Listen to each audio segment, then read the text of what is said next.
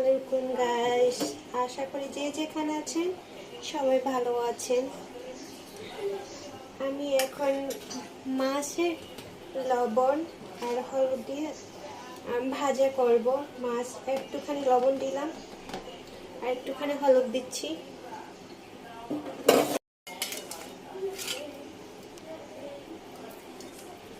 আমি লবণ আর হলুদ দিয়ে মাখায় নিচ্ছি। মাখাইটা আমি ফ্রাই করব। আমার মাছ ফ্রাই করার জন্য তেলটা গরম হয়ে গেছে। এখন মাছ ফ্রাই করব আমি। আমার তেলটা গরম হয়ে গেছে অলরেডি। আমি এক পিস মাছটা অলরেডি দিয়ে দেবো আস্তে আস্তে।